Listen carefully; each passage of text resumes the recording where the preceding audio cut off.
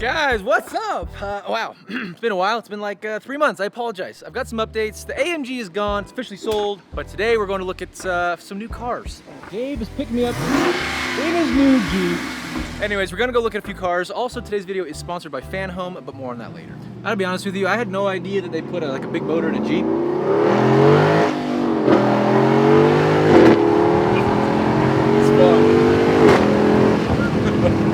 It doesn't make sense. That's kind of sick. I know. Dude, some little sport mode button, you know? Yeah? Yeah. Dude, how much horsepower? It's like 470 horse, 470 torque. It doesn't corner like a Charger though. No, dude, we're gonna roll it. We're gonna flip it. Gabe, you already have one. Know, you literally just bought one. I know. I'm just happy I saved 40 grand by not buying one here. These are 100, how much? $105,000 for a Jeep. Guys, I'm not a Jeep guy, so I don't really understand it, but I don't get it either. I'm sure they're cool. Yours is super nice, but for what you paid for yours, definitely a better deal. Yes, 100%. Now, we are here at, where are we? Doug Smith. We've got the keys to another car. I showed Gabe. He doesn't really understand. I don't get it. He's kind of confused, but if you're an OG, you will understand. And you will understand that I've been chasing this, I don't know what to say, dream? The headlights are okay. They're kind of cool. The front end of this car is amazing. The rear end is where there's a lot of problems. This is the first car we're looking at today. Here's the key. Yeah, it's a Subaru.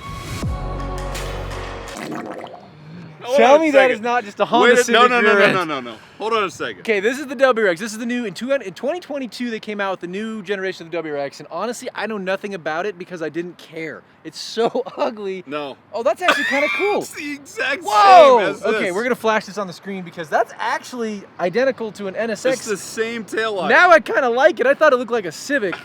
All right, we're gonna drive this car and see if there's any value in this car, if it's actually worth getting, because I think this car, with like quite a lot of money, but hopefully not too much money, could be pretty cool.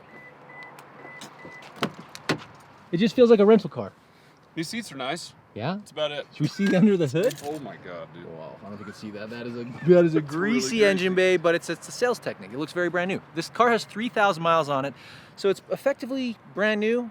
But for a Subaru, it's kind of like dog years. When you go 3,000 miles, it's like any other car's going like 30,000 miles. So let's go drive it. What is this? Oh, I thought it was an automatic. I don't know how to drive this. This is awkward. I'm just kidding. All right, I feel like the AC is not okay. There it goes. It's getting cooler. How long do we have to let it warm up? Let the motor warm up. It's like a Subaru. It's a Subaru thing. Get on your phone, scroll for a while. I hear something. That's rod knob. Oh, that's normal? That's Ringland's. That's normal. Yeah, that's normal. That's a Subaru. You hear that though? Do you really? Okay, that's normal. You sure? There's a ticking sound, and I believe it's normal. Trusting you. Yeah, that's fine. That sounds good. That sounds good. All right, we're off. All right, we've gone about 30 feet, and Gabe says he loves it. No, it's a cool car. It's not bad. I mean, at this point, like, this car in its current status is no more than like a Camry, in my opinion. It's not like that. It's probably what? I think these make 260 horsepower with a tune, an exhaust, an intake. I see the appeal. And another $40,000. It might compete with the AMG, but the AMG was also, rest in peace. All right, I've got no update for you. What's that smell, dude? We've been driving it for about 4 minutes, and it's about as uneventful as I assumed, but that's not the point. The point is, could I take this car, and could I make it cool? Gabe seems to think that I could, right? I didn't say that. He didn't say that. Now, we are actually using this car to drive to another dealership to look at another car, but this is a good option. This is a great option. I don't know what else to tell you. It's just it's a standard Subaru. All right, welcome here to Car Guys. I did just back in using the Subaru backup camera, and maybe it was just me, but I feel like I'm not normally that bad. No. Whatever. Bro, there's a car here that I keep talking to you about that you have to check out. We gotta look at it. Sick. It's definitely more expensive. It's good for YouTube, I believe. Yeah, I think so. It's not my style, but I feel like it could become my style, and for some reason I get really excited about it. So this is you guys are gonna see it and go, okay, I get it. The price, I feel like the price is a little bit higher than I'm willing to spend for sure, but maybe it's worth it. Bro, buy this. Just buy this. I know, it's so much cool. After talk getting him into buying this. After getting out of the Subaru. Yeah. All right, let me get you another shot of this thing. Let me get you some B-roll.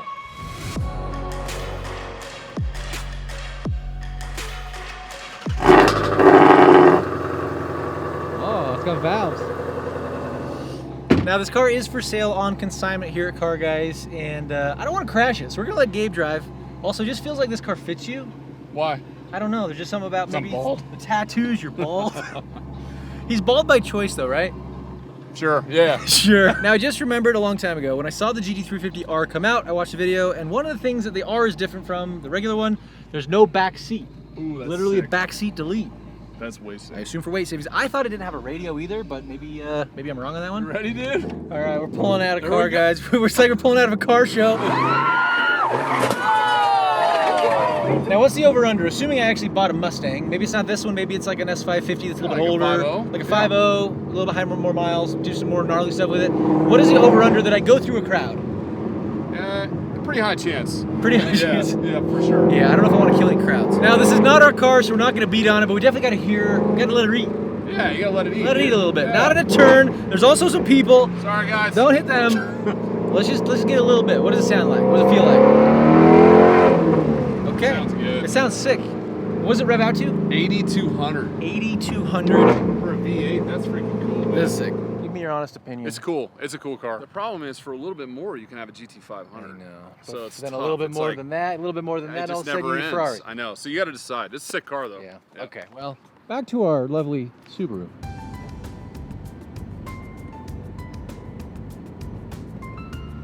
All right, I'm gonna give you my honest opinion.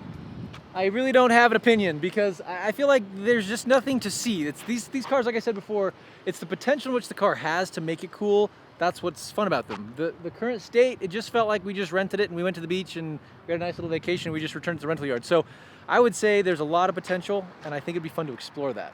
So in the comments below, do you guys like the Subaru or do you guys like the Mustang, or you guys might like the next car we're gonna go look at? I just got an R34 GTR. Kind of. Okay, you guys can have one too. Let me explain. Thanks to today's video sponsor, Fan Home, I am currently building out Brian O'Connor's R34 GTR, his Nissan Skyline from the movie Fast and the Furious, and it is a perfect replica. I'm telling you, detail for detail, it is perfect, and you guys can get yours as well by using that link in the description below. Now, it comes in assembly stages right to your door for you to complete at your own pace, and my favorite part is Hudson loves working on them. He's so good at putting things together, and at the end of the day, we're gonna have a perfect replica and a piece of the Fast and the Furious movies. Use the link in the description below and use code LukeNissan when checking out to get started on your build today. And thanks again to Fan Home for sponsoring today's video. All right, the third car on the list. It is sitting in front of me, and it is honestly, I would say if you told me that I was gonna want one of these cars, 3 years ago, I would have laughed at you until they came out with this version. It's 3 cylinders, it's all-wheel drive, it's boosted. And this one's obviously wrapped and looks crazy. It's the GR Corolla. Now these are obviously not super cheap. These are selling for, I think, brand new like 46, 47. I'm not sure what the used market is yet. Now this specific GR Corolla is owned by my buddy Ty, and he just had it wrapped in this crazy Dolph camo wrap. It's on BC coils. These cars honestly come pretty stacked from the factory. Got big old brakes, slotted rotors, got the Michelin Pilot Sports. You said 300 horsepower? 300 horsepower stock. 300 horsepower from a 3-cylinder. It's crazy. That's 100 horsepower per cylinder. And I assume the aftermarket support for these is gonna go nuts. I'm sure there's exhaust, intakes, tunes. I bet these are gonna be sick. But I wanna drive this car because I've heard some really good things about them. All right, immediately comparing this to the Subaru, I feel like this thing is like insanely nicer. It just feels like it's way more modern. It feels way more like sporty. I feel like the dash is sitting way higher. I know the Subaru is obviously the flat motor sits really low, so it gives you a lot of visibility, but it kind of makes you feel like you're in a truck. But right now I feel like I'm in like the cockpit of like a proper like sports car.